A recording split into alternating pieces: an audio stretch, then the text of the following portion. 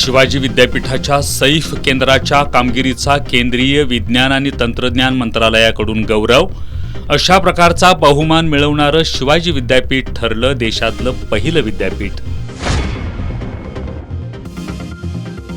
लेखी आदेश प्राप्त होत नाही तोपर्यंत दर फलक लावणार नाही. कोल्हापूर मध्यवर्ती बस स्थानकातील कॅन्टीन चालकानं धुडकावला परिवहन मंत्र्यांचा आदेश.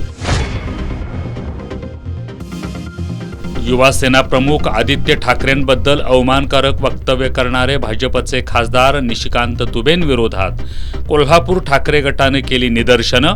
दुबेंच्या प्रतिमेला जोडे मारत केला निषेध. कोल्हापूर इचलकरंजीसह जिल्ह्यात सर्वत्र शिवजयंती उत्साहात साजरी. आणि शिरोळ तालुक्यातील टाकळीवाडीचा सुपुत्र रोहित खनिकुडे अनंतात विलीन. ग्रामस्थांनी साश्रुपूर्ण नयनांनी दिला अखेरचा निरोप.